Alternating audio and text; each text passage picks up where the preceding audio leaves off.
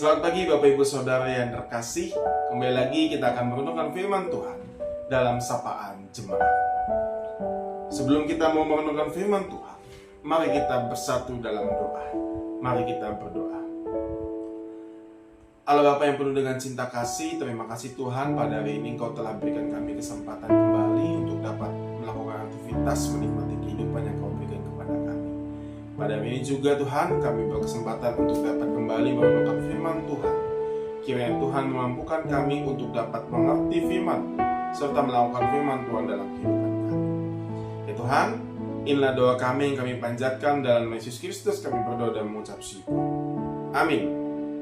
Ya Bapak Ibu, mari kita buka Alkitab kita dari 1 Korintus pasal 15 ayat 12 sampai ayat yang ke-14. Saya akan membacakan untuk kita sekalian. Jadi, bila mana diberitakan bahwa Kristus dibangkitkan dari antara orang mati, bagaimana mungkin ada di antara kamu yang mengatakan bahwa tidak ada kebangkitan orang mati? Seandainya tidak ada kebangkitan orang mati, Kristus juga tidak dibangkitkan. Andai kata Kristus tidak dibangkitkan, sia-sialah penderitaan kami dan sia-sialah juga kepercayaan kami. Demikian pembacaan Alkitab kita pada pagi hari ini. Bapak Ibu, kita akan kembali merenungkan firman Tuhan, di mana Tuhan Yesus telah mengorbankan nyawanya untuk kita semua, dan peristiwa kebangkitan memberikan kita pengharapan kepada Tuhan Yesus. Nah Bapak Ibu, hidup beriman kepada Tuhan Yesus tentunya tidak terlepas dari namanya peristiwa kebangkitan. Walaupun ada beberapa yang meragukan atau menilai palsu, tetapi banyak saksi dan catatan sejarah dalam Alkitab justru yang memperlihatkan bahwa Tuhan Yesus bangkit. Tuhan Yesus mengorbankan nyawanya untuk kita semua. Kebangkitan inilah Bapak Ibu yang membuat dasar iman kekristenan, dasar iman kita semua menjadi lebih kuat, menjadi lebih percaya, dan sekaligus Bapak Ibu, semangat kebangkitan ini menjadi pengharapan bagi kita semua yang percaya kepada Tuhan Yesus. Nah, renungan pada hari ini khususnya melalui Paulus pada jemaat di Korintus menegaskan kembali tentang kebangkitan Yesus pada peristiwa yang dicatat pada Injil-Injil yang mereka sudah terima. Kemudian Bapak Ibu, jemaat Korintus pada saat itu telah ditegaskan oleh Paulus mengenai kebangkitan Yesus. Jemaat Korintus juga sudah menerima Injil itu.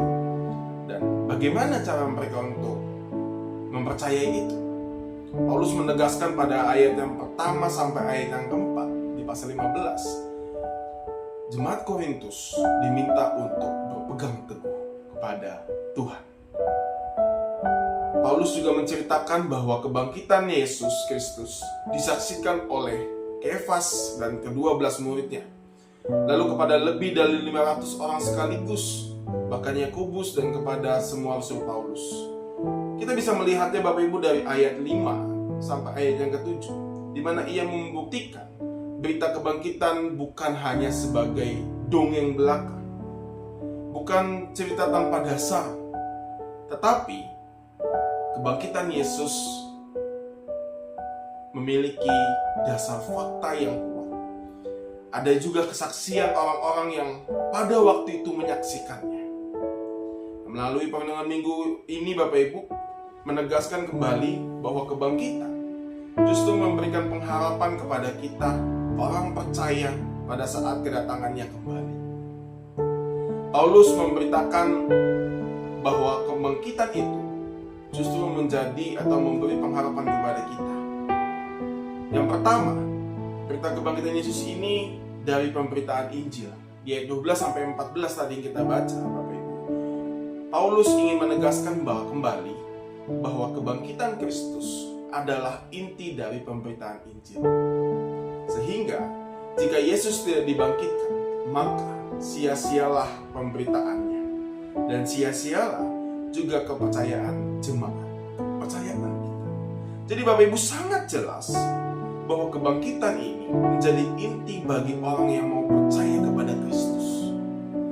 Injil dan kebangkitan tidak bisa dipisahkan dengan pemberitaan tentang Yesus Kristus sesuai dengan kitab suci. Lalu yang kedua, Bapak Ibu, kebangkitan Yesus adalah yang sulung. Di ayat 20, sulung artinya Yesuslah yang pertama kali bangkit dari antara orang mati dan tidak mengalami kematian kembali. Berbeda dengan kebangkitan Lazarus, anak perempuan Yairus, maupun anak janda miskin di Nain yang akan mengalami kematian lagi. Kebangkitan Yesus ini, Bapak Ibu, kemudian menjadi dasar pengharapan bagi kita semua, bagi setiap orang percaya, bahwa mereka akan dihidupkan kembali dengan persekutuan dengan Yesus. Mereka akan yang menjadi milik Tuhan, mereka yang menjadi milik Bapa pada waktu kedatangannya. Sebagai sebuah yang sulung, Yesus meletakkan para musuhnya di bawah kakinya. Artinya Yesus betul-betul menang, dan musuh-musuhnya sudah dikalahkan dengan kuasa kebangkitannya. Yang ketiga, Bapak Ibu, pengharapan ada pada lingkungan yang baik. Di ayat 33 kita dapat melihat Paulus pada saat itu ingin membawa jemaat di Korintus agar mereka memiliki pandangan yang benar tentang kebangkitan Yesus. Kenapa? Karena Bapak Ibu, mereka hidup di tengah situasi pandangan dan ketidakpercayaan yang membawa mereka semua pada kesesatan tentang kebangkitan Yesus. Paulus mengatakan pada ayat 33, pergaulan yang buruk merusak kebiasaan yang baik. Jadi Bapak Ibu, setiap orang percaya justru harus mendapatkan lingkungan yang baik di dalam kita beriman kepada Kristus, di dalam keberimanan kita kepada Yesus Kristus.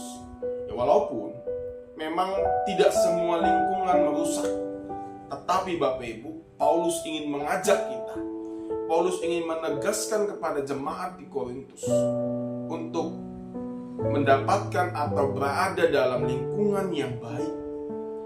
Dan lingkungan yang baik ini membuat kita semua bisa bertumbuh mengenal kasih Tuhan Yesus yang sudah bangkit itu.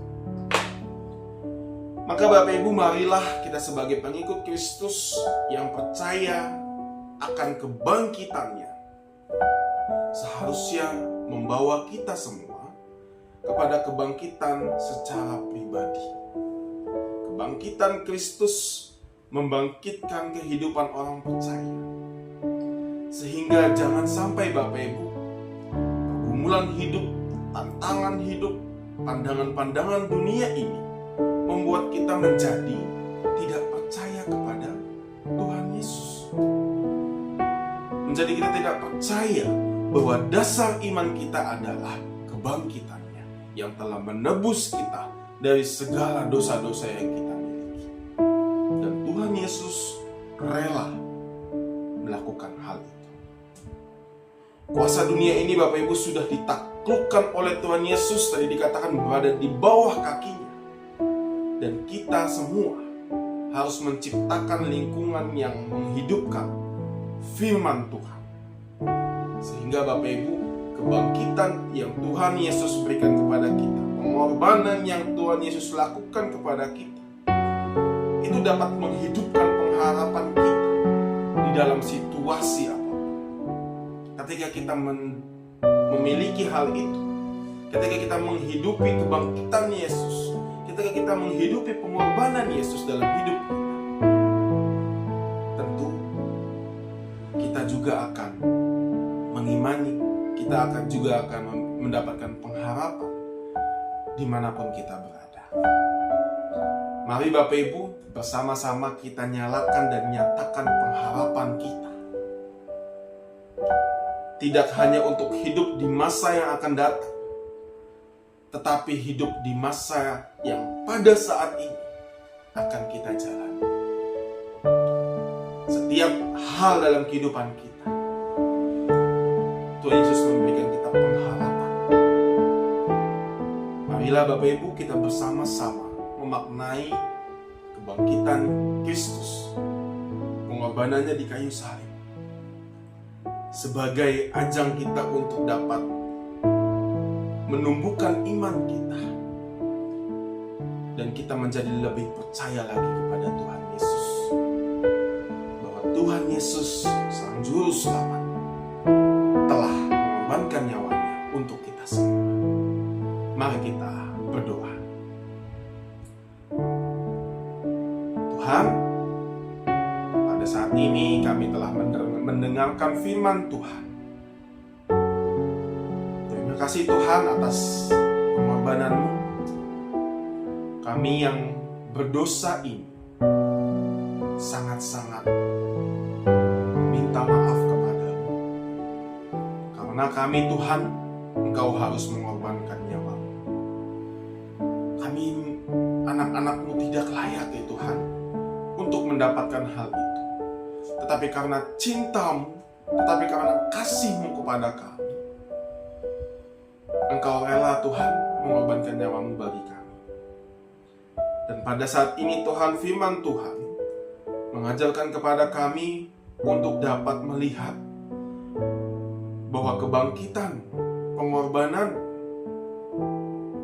sebagai pertumbuhan bagi kami, pertumbuhan iman kami, di mana kami harus memelihara pengharapan yang Kau berikan kepada kami untuk dapat kami lakukan sehari-hari di setiap kondisi yang ada dalam kehidupan kami, untuk dapat terus belajar, untuk dapat terus menaruh pengharapan di dalam kehidupan kami. Ya Tuhan, berkati juga kami yang saat ini, pada hari ini Tuhan, melanjutkan kehidupan kami, baik yang bekerja, sekolah, dan lain sebagainya. Tuhan sajalah yang membimbing kami, menuntun langkah kami, dapat melewati hari demi hari penuh dengan pengharapan kepada-Mu dan sukacita yang ada dari Engkau saja Tuhan. Inilah doa kami Tuhan yang kami sampaikan. Dalam nama Yesus Kristus kami berdoa dan mengucap syukur. Amin. Ya Bapak Ibu Saudara, demikian renungan kita pada hari ini. Kiranya Tuhan Yesus memberkati kita semua.